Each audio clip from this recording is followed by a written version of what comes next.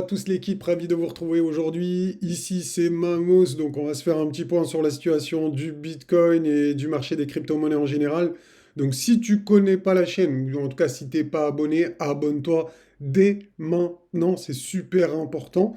Et en plus les amis, vraiment, cette vidéo elle est importante parce que il nous manque 60 personnes pour passer le cap des 5000 abonnés. Donc les gars, vraiment, je vous demande un gros service aujourd'hui pour cette vidéo. Mettez un max de likes et de commentaires pour référencer la vidéo. Donc franchement, ça serait vraiment cool. Gros big up, hein. Merci les gars, à tous ceux qui le font. Et donc aujourd'hui, au programme, on va checker les charts qu'on suit habituellement. Donc on va checker le Mamos Trend Color. On va checker également la charte de Livermore que j'ai pas sous les yeux mais que je vais vous montrer après. On va revenir ici sur cette charte. On va voir donc je vais vous donner un exemple d'un Bollinger Band Squeeze. Vous allez voir que c'est intéressant et que ça colle bien avec nos scénarios actuels. On va checker la charte des funding rates qui est super intéressante. Il y a des choses à dire. On va checker également les liquidations. Donc voilà, je pense que ça va être une vidéo qui va être vraiment intéressante. Donc regardez bien jusqu'à la fin de la vidéo, les amis. C'est super important, vraiment. Donc juste avant de commencer, on avait fait un quiz, si vous vous souvenez. On avait fait même plusieurs quiz. Donc je vais vous donner les résultats des quiz et vous allez voir où vous vous situez par rapport, eh bien, à la moyenne. Et si vous êtes au-dessus ou en dessous, d'accord? Donc voilà. On va commencer ici, je vais faire très rapide, hein, juste 2-3 secondes par quiz. Donc je vous avais demandé si GRT est une crypto IA, et vous avez été quand même une majorité à vous être trompé, vous avez mis 52% les amis, 52% qui n'ont pas fait leur devoir les amis. Est-ce que vous avez regardé ce que c'est que GRT? GRT n'est pas du tout une crypto IA. Donc il y a quelqu'un qui m'a dit oui mais Mamos, dans CoinGecko, c'est marqué que c'est une IA. Mais tout le monde peut aller modifier CoinGecko et mettre ce qu'il veut, en fait. Donc c'est vraiment bidon, hein. Si vous regardez les tags juste comme ça, les gars, ça marchera pas. Donc GRT n'est pas une crypto IA. C'est une plateforme d'indexion et de requête blockchain. En gros, c'est comme Google, mais version blockchain. D'accord? Parce qu'il y en a, ils m'ont dit aussi, c'est le futur Google. Non, c'est pas le futur Google, c'est plutôt le futur Google des blockchains. On ne va pas concurrencer Google sur le web, hein. C'est pas possible. D'accord? En tout cas, c'est pas le but et je pense qu'ils n'y arriveront jamais si c'était leur objectif. Donc en tout cas, voilà, faut retenir que c'est un Google des blockchains. Voilà, tout simplement ça. C'est pour donc le référencement et l'indexation euh, donc des dApps. D'accord? Donc c'est pas pour le particulier, c'est pour ceux qui développent des dApps, mais ce n'est pas du tout une crypto IA. Donc voilà, donc maintenant vous êtes au courant et bravo aux 48% quand même qui ont eu raison du coup, pour le coup, qui sont pas tombés. J'avais même pas de piège. Franchement, je pensais qu'il y allait avoir au moins 80%. Donc du coup, après, je vous ai mis une facile. Regardez, ouais, je vous ai mis une facile. Donc, qu'est-ce qu'un fork dans le monde des blockchains? Normalement, si vous êtes dans les blockchains, ça c'est super facile. Eh bien, bravo, 90% avoir eu raison. Donc là, les gars, si vous avez répondu à côté, là, inquiétez-vous quand même. Ou en tout cas, ça veut dire vraiment que vous avez un niveau très très bas. Donc, je vous jette pas la pierre, mais ayez conscience de votre niveau, les gars. C'est fait pour ça les quiz. C'est pour que vous ayez conscience de votre niveau. Ne vous surévaluez pas et ne vous dénigrez pas.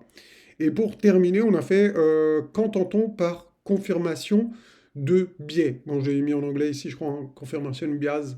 Euh, dans le contexte de l'investissement. Donc, eh bien, vous avez été 61% à avoir raison ici à cette question qui était un petit peu plus compliquée parce que c'était A et B, donc il fallait faire attention à ça. Et voilà, on va dire qu'il y avait un petit piège, mais bravo quand même, grande majorité à avoir raison.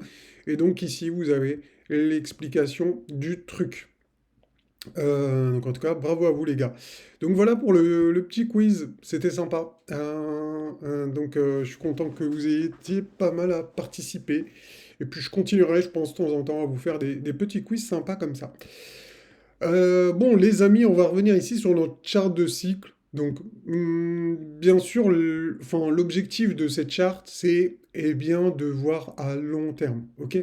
Donc là, on est en mensuel. Et ce qu'on veut, nous, observer avec cette charte, eh bien, c'est la tendance de cycle, donc du bear market, de la fin du bear market, ou du début du bull run jusqu'à la fin du bull run, tout simplement, hein. On peut voir ça comme ça. Donc pour moi, un bull run, c'est ça, hein.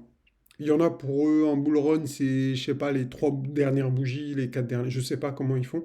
Moi, pour moi, un bull run, dès qu'on a posé le bottom et qu'on commence à repartir, bah, pour moi, c'est le bull run, hein. Voilà. Si vous, pour vous, le bull run, il va commencer ici, je sais pas, je comprends pas trop la logique. Je sais qu'il y en a qui sont comme ça, hein, mais moi, perso, non. Pour moi, le bull run, vraiment, c'est du début à la fin, et c'est pas à partir du milieu de la hausse que je vais me dire on est en bull run. Voilà. Bon, dites-moi en commentaire ce que vous en pensez. Je sais qu'il y en a qui seront pas d'accord. Libre à vous, les amis. Chacun sa façon de penser. Donc dites-moi si vous êtes plutôt d'accord avec moi pour dire que tout ça c'est un bull run, ou comment vous faites alors pour déterminer bull run ou pas bull run si vous partez d'un point spécifique. Je vois pas comment on peut faire. Donc voilà, juste je reviens très rapidement sur cet indicateur pour ceux qui ne connaissent pas. Dès qu'on a les bougies vertes ici, là, d'accord? Donc c'est les bougies vertes d'accumulation. En gros, c'est ce qu'il faut retenir. Quand on a les bougies rouges, c'est les bougies d'euphorie. Donc, ça veut dire que le marché devient euphorique et irrationnel. D'accord? Donc, tous ceux qui sont rationnels et qui font des calculs, oui, mais il ne pourra pas dépasser telle capitalisation, c'est trop élevé et tout. Faut savoir que les marchés sont irrationnels, surtout dans certaines phases. Donc, si on est en euphorie, les marchés seront irrationnels et vous pourrez voir des capitalisations record, ou en tout cas pas du tout ce que vous pouvez imaginer. Donc c'est tout à fait logique les gars, hein. Faut pas croire que la bourse ou le trading, l'investissement, eh bien tout est rationnel, tout est carré, que les gens font tout bien. Non, non, non. Les gens font surtout psychologiquement, bah, ils font de la merde et du coup c'est ce qui fait qu'il y a des mouvements complètement irrationnels à la hausse comme à la baisse. Et tant mieux, ça crée des opportunités. Donc à la baisse, quand il y a des excès de vente, quand les prix se font éclater, bah, ça permet de racheter vraiment à part cher. C'est ce qu'on appelle le marché, les oversell, survendus. Et en fin de cycle, le marché, il est suracheté. D'accord? Donc tant mieux. S'il était juste à son juste prix tout le temps, on aurait une progression toute linéaire, toute nulle, avec beaucoup moins d'opportunités, mais grâce à la folie des gens, on va dire, entre guillemets, eh bien, ça nous offre des opportunités beaucoup plus grandes. Et pour terminer le cycle, donc après la phase d'euphorie, on a le triangle de la muerte, donc le triangle de la muerte qui met le coup de grâce au cycle, et donc le marché en général s'inverse pas très longtemps après qu'on ait le triangle de la muerte. Donc regardons aujourd'hui où nous en sommes maintenant que vous avez eh bien, connaissance de toutes ces informations. Eh bien, vous voyez comme moi qu'on n'est pas du tout en fin de cycle. On n'a pas encore notre bougie rouge d'euphorie. Donc ça serait plutôt cool, hein. Moi, je suis pour avoir une bougie d'euphorie. Donc ça voudrait dire que le marché va être complètement volatile. Regardez les mèches ici, hein, ça va monter et descendre. Donc ça, il y aura beaucoup d'opportunités quand il y aura les bougies rouges. Et en même temps, on saura que c'est le début de la fin. Donc pour l'instant, je vais dire, pour résumer un peu tout ça, bah, c'est pas encore le début de la fin, comme vous voyez, hein. On n'a pas encore les bougies rouges d'euphorie. Donc, bah, dès que ça va arriver, les amis, je sais pas quand, peut-être ça sera au mois de mai, peut-être juin, j'ai aucune idée, mais on le verra sur la charte, on verra la bougie, la bougie qui va passer en rouge, et on saura qu'on est en mode euphorie. Personnellement, quand on est en mode euphorie, eh bien, c'est hors de question que je réinjecte le moindre dollar dans le marché, d'accord? J'aurais plutôt tendance à retirer des gains et surtout ne pas les réinvestir. C'est le gros piège que font la majorité des intervenants, c'est qu'ils le réinjectent sans cesse. Et bien évidemment, quand le marché se retourne, eh ben, ils se retrouvent avec des sommes engagées bah, ils se retrouvent en perte et ils ne veulent pas accepter leur perte. Donc ils se retrouvent piégés dans un bear market interminable, entre guillemets, et ça devient très compliqué. Donc voilà, voilà. Donc pour ceux que ça intéresse de faire un gros suivi comme ça, les amis, n'hésitez pas à nous rejoindre sur la chaîne. D'accord? Donc vous pouvez passer membre VIP pour 24,99 par mois et vous avez la possibilité d'annuler à tout moment. Donc si vous voulez rester un mois, 2 mois ou terminer le boulot avec nous, eh ben les amis, c'est vous qui voyez. Voilà, donc là, je vais rajouter un nouvel indicateur, donc le BTC Realized Price, donc qui est plutôt pertinent pour donner des zones de top et de bottom, d'accord? Donc on voit les zones, hein, ici, quand on a les bougies vertes et qu'on se retrouve entre la ligne verte et la ligne bleu clair ici, en général, c'est les zones de top. Regardez ici, c'est les zones super pertinentes. Donc vraiment, ça marche plutôt bien, d'accord? Je pense que vous allez être d'accord avec moi. Ensuite, en termes d'objectifs, eh bien, vous pouvez le voir ici, très souvent, on vient chercher cette ligne ici. On peut la taper même plusieurs fois avant de se retourner. Donc, regardons aujourd'hui, cette ligne, elle est à quel prix? Euh, donc, ça serait un objectif pour Bitcoin de venir chercher ce prix ici.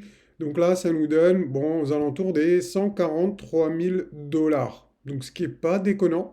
Ce qui est un peu plus élevé que comment ça s'appelle, le logarithmique régression. D'accord? Donc là, du coup, je l'ai retiré, mais voilà, on sait que la zone 120 000, 143 000, enfin, on va aller 150 000 pour faire simple, eh bien, c'est une zone très pertinente en termes d'objectifs.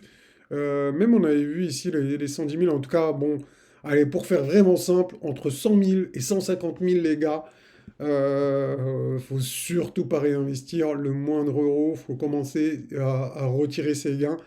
Et de toute façon, on verra les bougies rouges d'euphorie. Quand on y sera, on aura déjà un premier signal comme quoi bah, ça commence à être chaud, mais il y a encore du potentiel, hein. Comme vous le voyez ici, ça commence à être chaud, mais il y a encore du potentiel, hein. Regardez, regardez bien. On a fait quand même 128% à partir de la première bougie rouge. Et ici, c'est beaucoup plus. À partir de la première bougie rouge, on a fait jusqu'à 711%. D'accord? Donc le début de la fin, bien évidemment, ne signifie pas du tout la fin, vous l'aurez compris.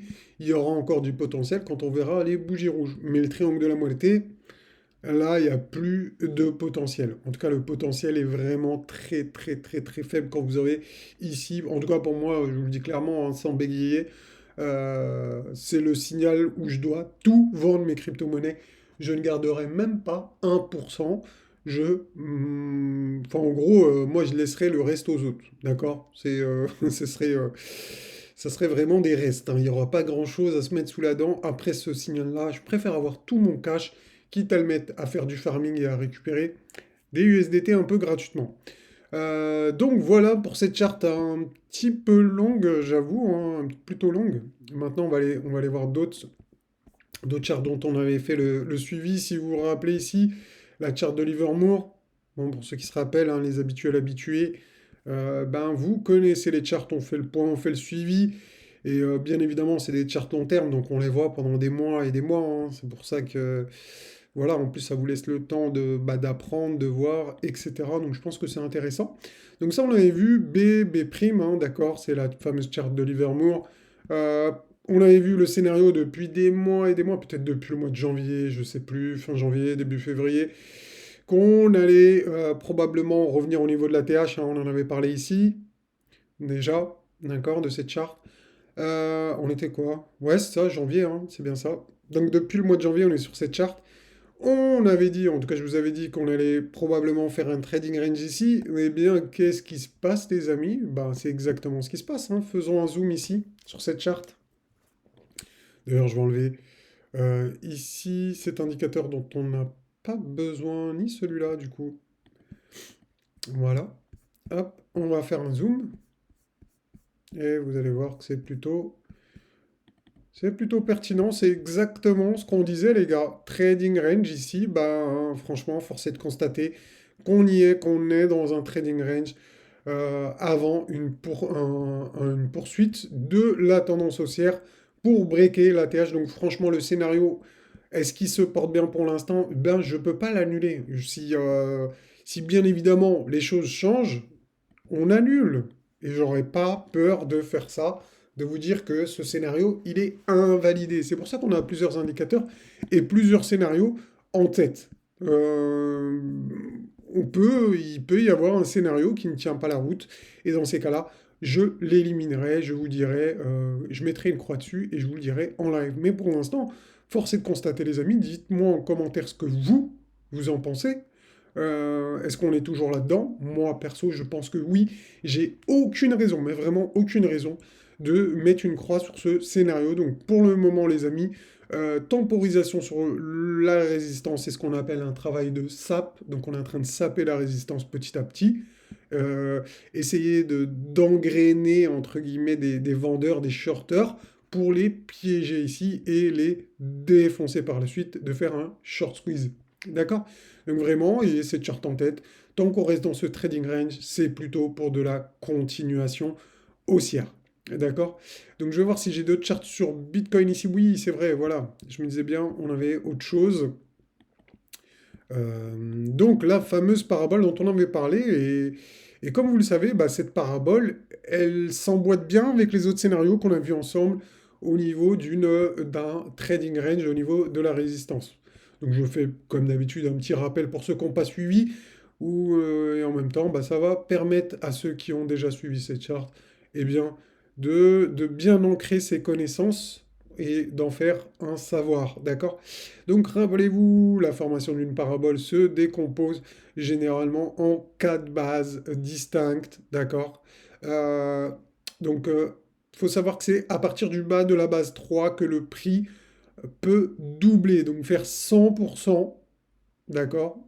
Donc en général facilement et rapidement. Donc à partir de X, le prix peut doubler rapidement. D'ailleurs, vous le voyez ici, eh bien, si on prend le point bas jusqu'au point haut qu'on a eu ici, eh bien, on est à 86% de hausse sur BTC. Donc, vous voyez bien que ça correspond parfaitement et ça a été très rapide entre ce point-là et les 86% de hausse. Ça a été vraiment très rapide. Ça s'est fait en genre 2 mois maximum. D'accord? Donc, vraiment très rapide. Que nous dit la schématique d'une formation de la parabole? Eh bien, c'est qu'après la base 4, on a une dernière impulsion haussière et ensuite on a une grosse correction. Et en général, on peut revenir au niveau de la base 4, voire un peu en dessous. D'accord? Donc pour l'instant, eh bien, ce scénario, il tient encore bien. Et je me répète, mais j'aurais pas de scrupule à annuler cette charte si le scénario s'invalide. Il n'y a aucun problème. Je vous mettrai une croix dessus, bien évidemment, et je vous le dirai. Mais regardez comme moi, les amis, ça fait des mois qu'on en parle. Et est-ce que ce scénario est invalide? Eh bien, vous voyez comme moi. Je ne sais pas ce que vous en pensez, n'hésitez pas à me dire. Mais moi, je vois que le scénario tient toujours. On est toujours dans la formation de la base 4. Et donc, enfin, wait and see, j'ai envie de dire. Wait and see. Il manque plus que juste encore du développement ici. Peut-être qu'il y a encore besoin de. Peut-être qu'on va encore ranger, hein, que c'est pas fini, hein. On peut faire encore ça pendant 2, 3, 4 semaines. D'accord? Et ensuite, on aura notre dernière impulsion haussière. Mon scénario par rapport à cette charte ici, c'est qu'on aille titiller les 100 000 avant de se retourner. D'accord? Donc, euh, donc voilà, après pensez ce que vous voulez. Dites-moi en commentaire, en tout cas, si vous avez un avis là-dessus. N'hésitez pas à me dire. Mais quand je regarde uniquement, hein, ce scénario ici, parce qu'on a les autres scénarios, pas forcément, hein, celle de Livermore, c'est un peu différent, je ne sais pas si vous voyez ce que je veux dire, mais en tout cas, quand je regarde ce scénario de la parabole, je me dis, on fait une dernière impulsion base 4, on se rapproche des 100 000 $. Tout le monde crie aux 100 000, les 100 000, les 100 000, on va les défoncer, machin et tout. Et au final, eh bien, on se retourne un peu avant les 100 000 et frustration pour beaucoup de gens. Voilà, c'est un de mes scénarios. Bien évidemment, je n'ai pas une certitude ou une confiance absolue là-dedans, mais je vous en parle au cas où, si jamais, pour vous préparer à ça. D'accord? Donc là, sur Bitcoin à plus court terme, j'avoue, hein, je vous gâte quand même, hein, il y a pas mal de charts. Sur Bitcoin à court terme, on voit très très bien qu'on est dans une consolidation ici, dans une zone de congestion, et on voit bien en plus qu'on a les bandes de Bollinger qui se mettent à plat. Et donc, quand les bandes de Bollinger, les amis, se mettent à plat, eh bien, en général, c'est un signe de bande de, enfin, de Bollinger Squeeze, comme on dit. D'accord? Non, c'était pas ça que je voulais montrer. Mince. Oui, voilà, c'était ça. Donc, eh bien, vous le voyez comme moi ici, quand les moyennes, enfin, les bandes de Bollinger se mettent à plat, d'accord? Hop, comme ça. Eh bien, il peut y avoir ensuite, par la suite, un squeeze. Donc, un squeeze ensuite, c'est quand on s'attaque à la bande de Bollinger avec une grosse tendance haussière, bien puissante. Donc là, la volatilité est très très faible ici, hein, vous le voyez. La volatilité est faible. Et ensuite, une fois qu'on commence à passer en tendance haussière suite au squeeze, donc ça peut être au nord comme au sud, mais là, je vous ai montré un exemple de bande de Bollinger qui squeeze au nord. Donc vous voyez, ensuite, il peut y avoir une grosse tendance haussière. Donc pourquoi pas ici être dans ce scénario. Potentiellement, eh bien, c'est pas fini, hein, on peut faire ça encore, hein, même une formation en triangle, d'accord? Donc si je vous montre très rapidement, ça donnerait quelque chose comme ça, hop, et quelque chose comme ça ici, d'accord? Donc voilà, triangle de continuation haussière, pas du tout déconnant, ça arrive souvent en tendance haussière, un petit triangle, un fanion, donc il peut y avoir plusieurs noms. Donc ça peut être ouais, vu comme un sorte de fanion, un triangle, hein, clairement. Donc ça peut se passer comme ça. Donc en entendant, les bonnes de Bollinger se resserrent, prêt pour un squeeze. D'ailleurs, on en avait eu un ici, hein, si vous voyez un Bollinger Band Squeeze ici, là. D'accord? Donc on voit bien, la tendance ici, elle était neutre. D'accord? Donc les bandes de Bollinger, elles étaient très resserrées. La volatilité était plutôt faible. Et ensuite, gros squeeze au niveau des bandes de Bollinger. Donc voilà, ça c'est un scénario bien, qu'on doit avoir en tête. Donc en tout cas que moi j'ai en tête. Et donc pour l'instant, qui tient également la route et qu'on n'hésitera pas à rayer si ça se passe pas comme prévu. Donc vous avez compris qu'on a plusieurs scénarios qu'on surveille et qui se tiennent les uns les autres. Donc ils peuvent être tous être bons, il peut y en avoir un qui est pas bon et qu'on élimine par la suite. Donc pour l'instant, tous les scénarios qu'on voit, ils tiennent la route depuis des mois et donc on les tient tant qu'on n'a pas tort. C'est qu'on a probablement raison. Voilà, tout simplement. Euh, qu'est-ce que je voulais vous montrer? Ah oui, je voulais vous montrer ici également la Magic Box. D'accord? Donc, pour ceux qui suivent hein, et qui connaissent la Magic Box, c'est une zone de support quand on est en tendance, par exemple ici haussière. D'accord? Donc, toute cette zone ici, c'est une buy the deep zone. Ok? Donc, on l'a déjà vu plusieurs fois, ça a toujours bien marché. D'ailleurs, on l'avait vu ici, un buy the deep zone, et ça avait super bien marché. On était venu taper pile poil le haut de la buy the deep zone et on s'était retourné par la suite. D'accord? Donc là, ça peut être à peu près le même délire. D'ailleurs, je vais prendre le buy the deep zone et je vais le mettre là, tout simplement. D'accord? Et donc, voilà, ici, on est dans une buy the deep zone. Je vais vous donner les prix exacts. Donc, mince, c'est pas celui-là. Oui, si, c'était celui-là en plus.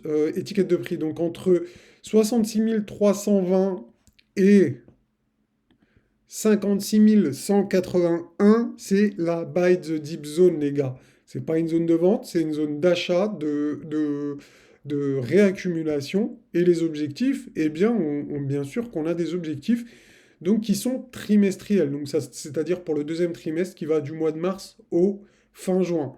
Donc, voici les trois objectifs. On les a déjà vus, mais je vous les rappelle.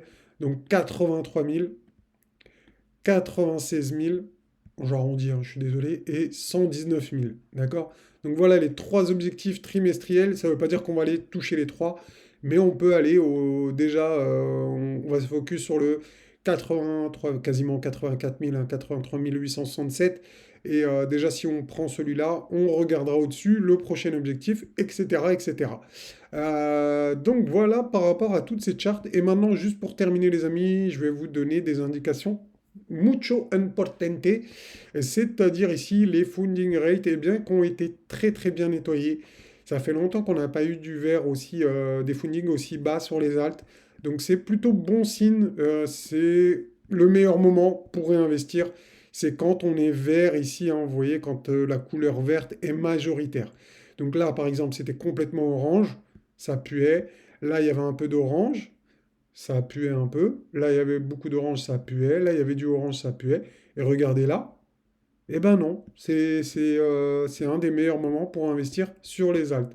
Donc très très très bon signe ici. Euh, eh bien, vous voyez, hein, quand on est dans l'orange, c'est pas forcément la fin, mais ça commence à être chaud. Regardez ici, hein, on était dans l'extrême, il y avait une correction, nettoyage rapide. Donc quand il y a des nettoyages rapides, bah, ça peut suffire pour repartir. Et ensuite, on s'est retourné ici et là, on a posé un bottom dans la zone verte, d'accord? Donc souvent, les bottoms se posent, regardez ici, sur Bitcoin, dans la zone verte. Là, on est dans la zone verte. Donc, est-ce qu'on a posé un bottom? Eh ben, c'est possible, hein. On a vu en différents scénarios. On est peut-être dans une zone de congestion, de trading range, etc. Donc voilà, en tout cas, ça c'est un très bon signe. Et pour terminer, les amis, juste, je vais vous montrer très rapidement les liquidations. Donc sur un mois, eh bien, force est de constater qu'on a plutôt plus de liquidations au nord, ce qui est très significatif, eh bien, pour que je vous en parle, d'accord? Donc, pour faire un Bollinger Squeeze ou même un short squeeze, eh bien, on a besoin de shorters on a quand même pas mal accumulé. On peut signaler également qu'il y a des liquidations au sud, mais qui sont quand même moindres par rapport à celles au nord. Donc, bien évidemment, on peut venir prendre la liquidité au sud avant d'aller défoncer, avant d'aller récupérer celle au nord, hein. Il n'y a aucun problème. Mais en tout cas, euh, on va dire que le piège pour les shorters est plutôt en train de se refermer sur eux. En tout cas, on les accumule avant de refermer le piège. D'accord? Donc voilà les amis, c'est tout pour aujourd'hui. J'espère que cette vidéo vous aura plu. Si c'est le cas les gars, n'oubliez pas de lâcher un gros pouce bleu, mettez-moi des commentaires. Et si vous partagez cette vidéo, vraiment les gars, vous êtes des boss. Il nous manque pas beaucoup d'abonnés là pour passer le cap des 5000. Ça ferait plaisir qu'on les atteigne aujourd'hui. Voilà, voilà les amis. Donc je vous dis à bientôt. Bon dimanche à vous. Ciao, ciao.